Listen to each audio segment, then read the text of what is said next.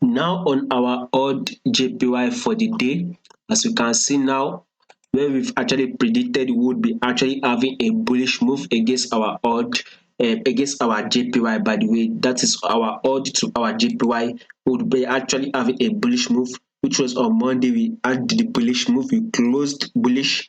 On Tuesday, which was yesterday, we closed bullish. Now we're actually seeing a retracement, by the way, and I see that there's a key level here where we'll be seeing the retracement. That is on our 4 hour, I think 4 hour time frame.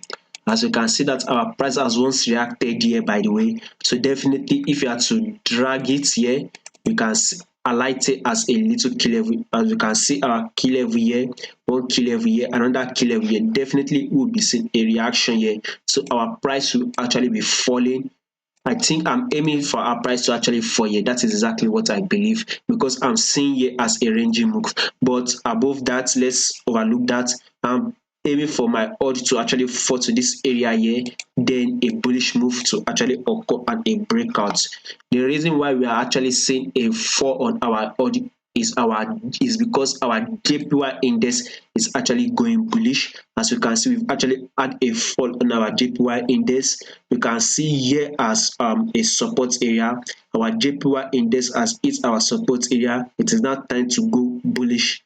And when our JPY is going bullish, any pair relating to our JPY should actually be falling. It is exactly what we are seeing on our AUDJPY.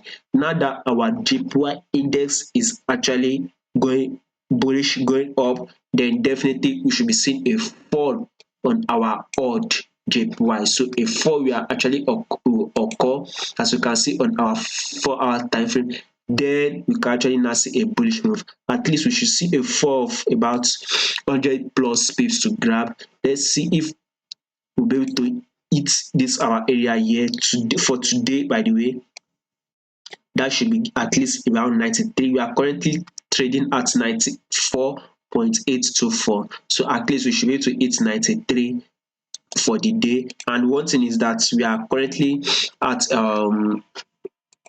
I think we are currently at a Sydney session close to our Tokyo section. That is exactly what we are, where we are now. So by at least by the opening of our London session, our price should have actually dropped, and probably, our New Year session, we should be hitting this area, and then we can actually now start looking for a buy on our AUDJPY. So that is the analysis for today. Do not forget to subscribe, like, and share if you find this video helpful.